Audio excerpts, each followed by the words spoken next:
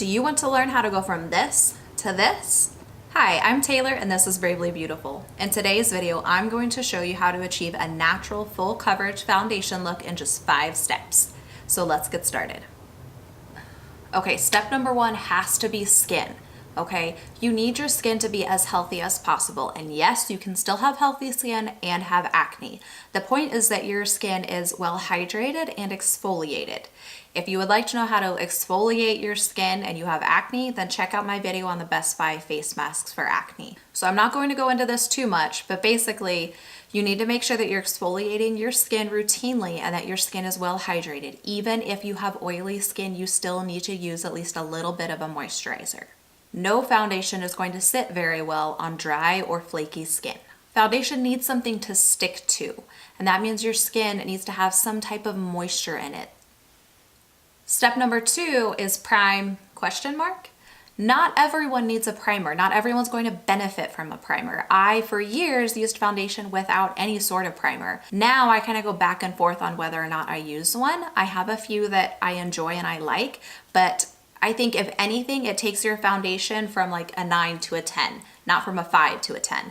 It's not absolutely necessary. The people who would benefit from a primer the most would be someone who suffers from really large pores, someone who has a very big difference in like red patches in their skin could really benefit from a color correcting primer or just a color corrector in general. If you're really dry, just moisturizing your skin really well could help with that, or you could use a moisturizing primer on top. And then if you're really oily, there are some good oil control primers out there that can help you. But like I said, not everyone needs one and it's not 100% necessary. The third step is to cover. Now there are several parts to this. First of all, let's talk about what you're covering with. I'm going to tell you right now that if you are trying to cover a lot of imperfections like I am with acne, rosacea, things like that, a powder is not going to do it for you. Powder is not going to get you maximum coverage. By far, my favorite formulation to cover with is a liquid foundation. I think they by far work the best. There are some creams out there that are pretty good, but I tend to go for a liquid. So in general, when covering acne, I recommend going with a matte, full coverage foundation that is not too pink.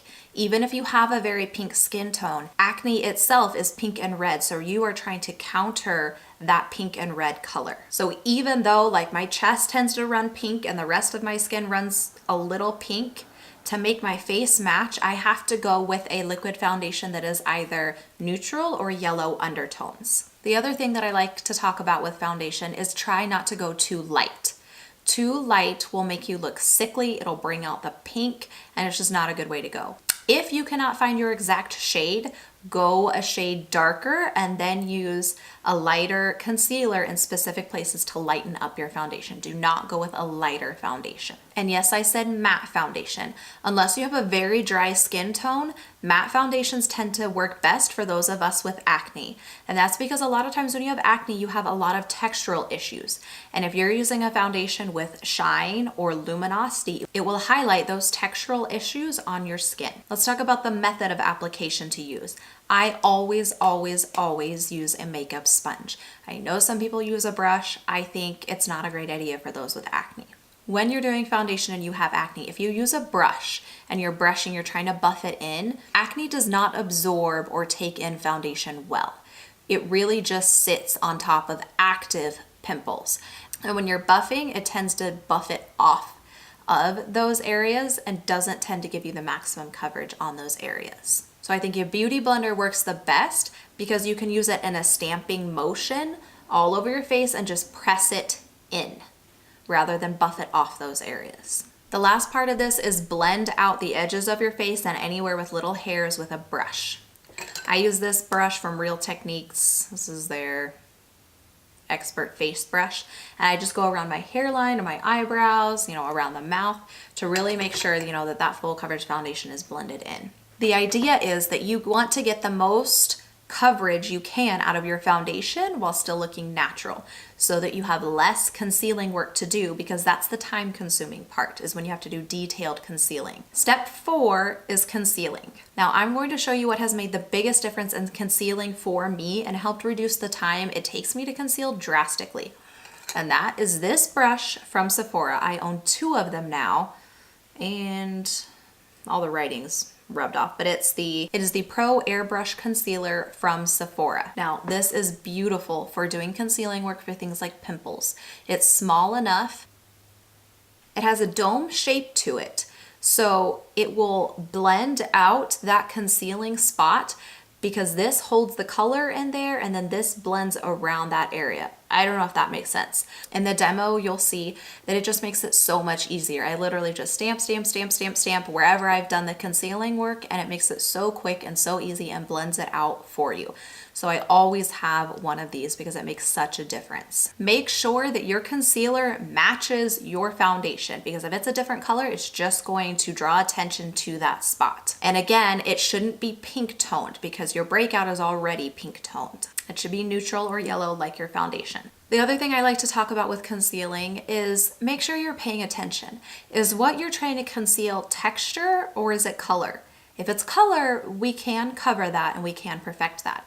If it's texture, you're never going to get rid of the shadow that that pimple creates. So you have to learn when to step away. Know when you have done all you can and this is what it is. Okay, otherwise you could sit there forever trying to conceal areas of shadow and texture. I've been there.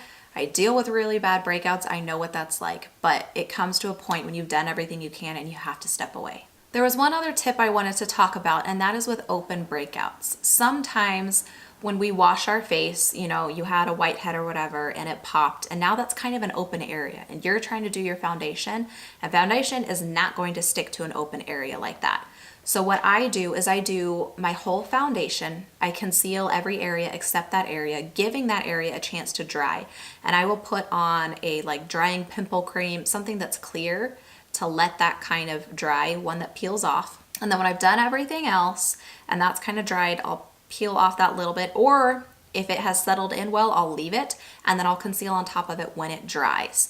There's no point in trying to conceal on top of an open, wet area because it's not going to stick to it. So leave it alone, let it dry, and deal with it at the end of your foundation application.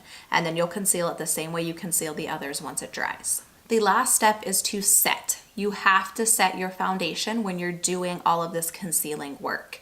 When you have acne, you have a lot of different things going on here, and you really want to set all of that in so that, you know, if you bump your face, it doesn't come off. And it's also really to meld everything together that you've just done. When you set your foundation, when you've been doing all this concealing work, when you have acne, you should never buff the powder on. The only thing you should be doing is stamping. I just do a tiny bit of powder. This isn't for extra coverage. This isn't for color. This is simply to set everything. So I just take a little bit of product on my brush and then I stamp it over my whole face. I find that this works best because it doesn't buff off that concealing work and that foundation that you just did. And again, I go with a matte product here just because I want to make sure that there's no luminous particles or any sparkles or anything in the powder that I'm using that would accentuate any textural issues or any pimples that I have going on. Now, the last thing that I will do, if it's looking a little chalky, if it's looking a little too much, I will use this Mario Badescu facial spray with herbs and rose water, and I will lightly spritz this over my whole face, and it sets everything when it dries, and it also makes it appear more skin-like again. Okay, everyone, I hope that you found this video helpful. This video was super important to me. It's been a long time coming. It's actually what piqued my interest in starting a YouTube channel, was I really wanted to put this out there. I know what having acne is like. I know what it does to your self-confidence, and I really wanted to share what I have learned to give me that confidence to go out into the world and do what I want to do. So let me know in the comments down below, what are your tips and tricks for concealing acne? So make sure to hit the like button if you liked this video, and then subscribe if you would like to see more content from me. I do lots of makeup reviews and helpful videos for people with acne. So thank you so much for watching, and I'll see you next time. Bye.